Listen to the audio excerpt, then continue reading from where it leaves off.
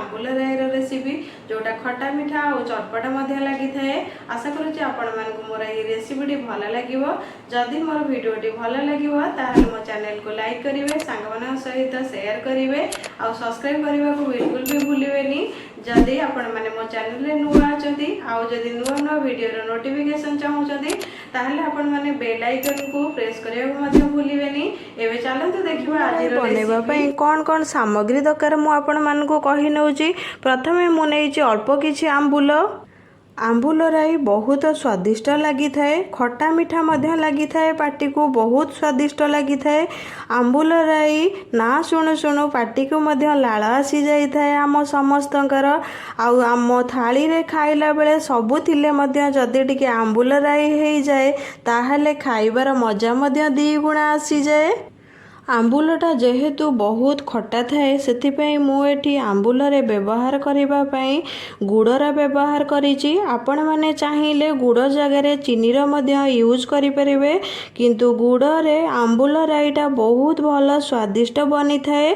देखिबा को मध्य जेमिति सुंदर देखा जाए, खाइबा को मध्य गुड़ रे बनैला परे आंबुल राईटा बहुत स्वादिष्ट बनी थाए। सेथिपई मु एठी गुड़र व्यवहार करिछि। एठी मु 3 रु 4टा सुखिला लंका, 2 रु 4 चामच सोरिष, 1 चामच जीरा, सोरिष आउ लंका आमे सबू को बाटी नवा, पूरा प्लेन करी बाटी नवा। आपण खद खदड़ा रखिबेनी, बिल्कुल खद खदड़ा रखिले बिल्कुल बेसरटा बाटिला परे भल देखा जीवनी, खाइबा को मध्य स्वादिष्ट लागिबनी। सेतिबें जेतेबेले आपण जीरा आउ सोरिष सुखिला लंका को बाटिबे पूरा प्लेन करी बाटिबे।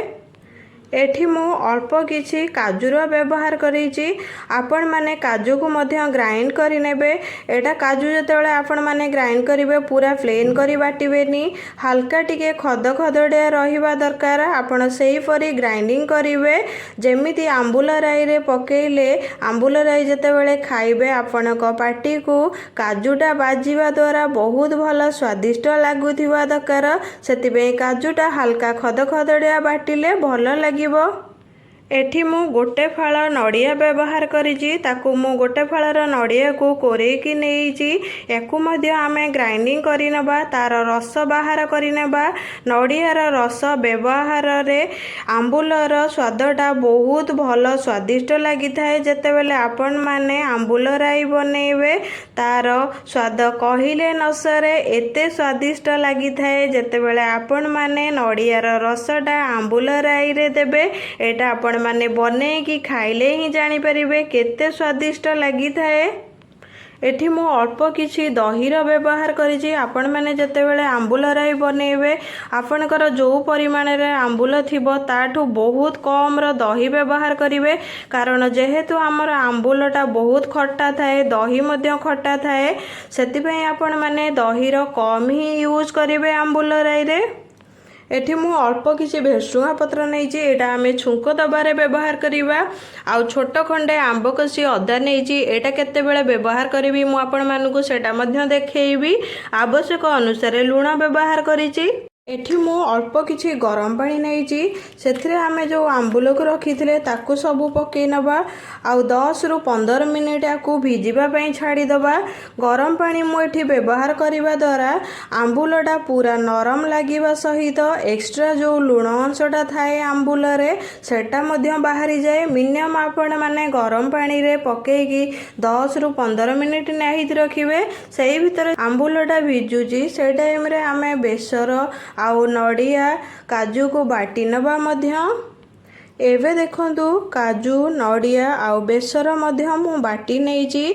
देखंतु मो काजूटा पूरा बाटीची, पूरा एमती बहलिया देखा जाउथिबो सेमिति ही आपण माने बाटीबे। बिल्कुल भी बेसी पानी देई बाटीबेनी, पानी देले भल लागिबनी। बिल्कुल हल्का टिके पानी देई काजूटा आपण माने ग्राइंडिंग करि नेबे। देखंतु बेसरटा मध्य पूरा बहलिया देखा जाउची, बेसर रे मध्य बहुत सारा पानी देई बाटीबेनी, बिल्कुल भल लागिबनी। अल्प टिके पानी देई बाटिबे। नड़िया बाटिकी मध्य मु तार रस बाहर करि नैछि। नड़ियाटा बाटिकी जितेबाला नड़िया रसटा बाहर करी नेबे नड़ियाटा जो चिपुड़ी काढ़ी थे सेटा बिल्कुल भी फिंगिबेनी। सेटा आपण जितेबाला डालमा बनेबे कि साग बनेबे सेतरे मध्य यूज करि परिबे सेटा बिल्कुल भी फिंगिबेनी। एबे आंबुल भिजिबार आमर 10 रु 15 मिनिट हो गलानी। एबे आंबुल को जितेबाला आपण माने काढ़ीबे ना एमिति को भल से चकड़ी नेबे ता द्वारा जो एक्स्ट्रा लुणटा थाए सेटा पूरा बाहरी जिवो। आंबुलटा पूरा परिष्कार हो जिवो मध्य आउ तार एक्स्ट्रा लुणटा बाहरी जिबा दरकार कारण एक्स्ट्रा लुणटा रहिबा द्वारा आंबुल रे जितेबाला आपण गुड़र परिमाणटा देबे ना सेतेबाला जदि लुणर परिमाणटा बेसी थिबो ताहाले आंबुलटा बिल्कुल भल लगिबनी। एबे आमे आंबुल सबको अलग जगह को गोटे काढ़ी नबा।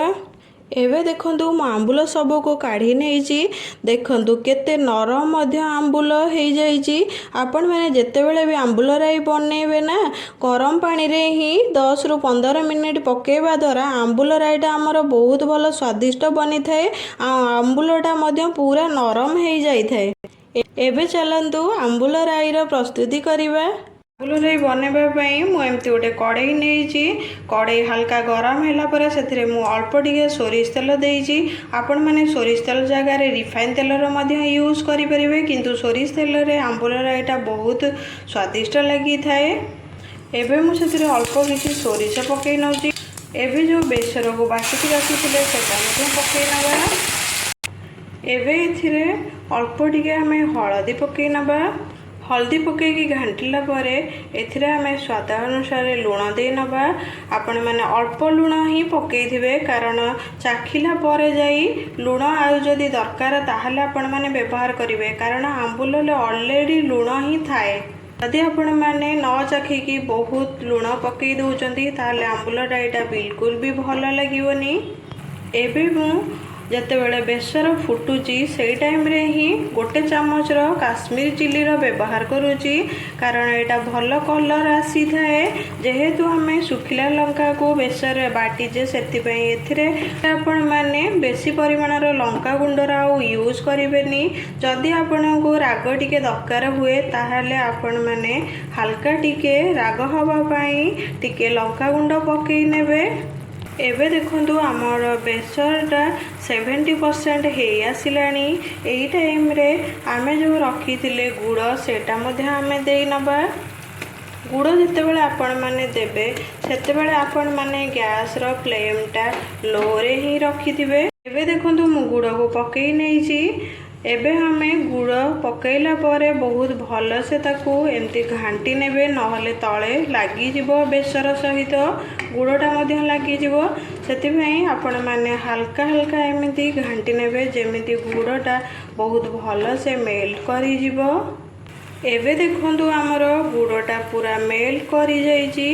देखंतु पूरा गुड़टा बहुत भल से बेसर संगे मिसी जाइची आउ पूरा भल से मध्य मेल्ट करी जाइची। एबे जेतेबेले उतुरी थिबो गुड़टा सेई टाइम रे जो नड़िया रस बाटिकी रखिथिले सेटा हमें देई नबा। एबे जो काजू मध्य बाटिकी रखिथिले सेटा मध्य देई नबा आ भल से ताकू मिसई नबा मध्य काजू देला परे एमिति भल से आपण घांटी नेबे। एई टाइम रे आपण माने गैस रो फ्लेमटा लो मीडियम ही रखिथिले धोईकी सेटा मध्य पके नबा। एको आपण माने आंबुल जेतेबेले पकेबे मिनिमम 15 रु 20 मिनिट आकु फुटिबा पई देबे जेमिति टिके आपणकर आंबुल राईटा बहलिया टाइप रो हेई आसीबो से पर्यंत ही आपण लो फ्लेम रे ही गैस रखिबे। एबे देखंतु आपण माने हमर आंबुल राईटा पूरा बहलिया हेई आसिलानी मध्य देखंतु पूरा भल से बहलिया हेई आसिलानी। एबे हमें गैस बंद कर दबा। एको पूरा भल से ठंडा हला पर्यंत छाड़ीबा मिनिमम 15 रु 20 मिनिट आकु ठंडा करी नबा। अलगा जगह को काढी नेइथिली ताको 15 रु 20 मिनिट मु ठंडा हवा पई छाड़ी नेइथिली। एबे हमर आंबुल राईटा पूरा बहुत भल से ठंडा हो जाइची।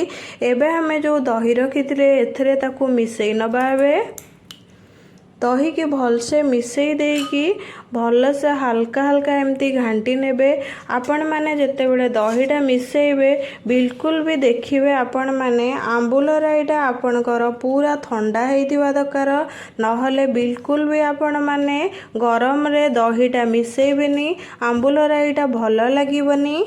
एबे मु एथिरे दही को मिसेई नेइची। एबे हमें एथिरे छुंको देई नबा। छुंको देवाई मुझे गोटे तड़का पैन नहीं, एथिरे मु अल्प किसी सोरिष तेल ही दे नहीं। आपण मैंने जदि बिना पियाज रसुण दिन में खाऊँच ताहले आपण मैंने सोरिष तेल जगार रिफाइन तेलर यूज करें। एबे तेल गरम हो गलानी, एथिरे मु अल्प किसी सुखिला लंका और फुटण दे नौची। एबे एथिरे किसी भुसुआ पत्र दे नबा। एबे देखो तड़का हमर पूरा रेडी हो जाइए। एबे तड़का हमें दे नबा आंबुल राई रे।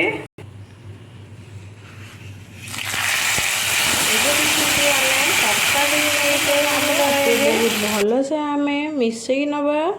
एबे सबको बहुत भल से मिसैला परे जो आंब कषिया अदा रखी ताकू मु अल्प टिके ग्रेड करी नेइची। आंब कषिया अदाटा ये टाइम रे ही पकेइले बहुत भल स्वादिष्ट लगी थाए आंबुल राई, ता सहित बहुत भल बास्ना मध्य हेइ थाए। एबे मु या ऊपर अल्प टिके नड़िया पकई नौची। जो नड़िया आमे कोरेकी नेइथिले सेटा अल्प टिके मु रखी नेइथिली, बाकी सबू आमे ग्राइंडिंग करी नेइथिले। एबे सबू को पकेइकी बहुत भल से आमे मिसई नबा। एबे देखंतु आमर खट्टा मीठा आंबुल राई पूरा परफेक्ट बनिकी रेडी हो जाइए।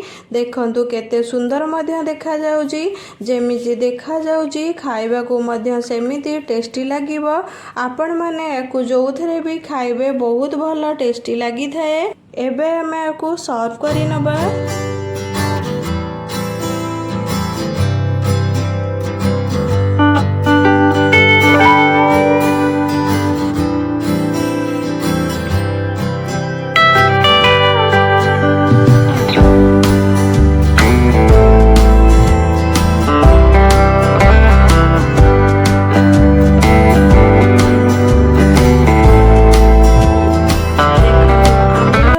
केते टेस्टी आउ सुंदर मध्य देखा जाउची।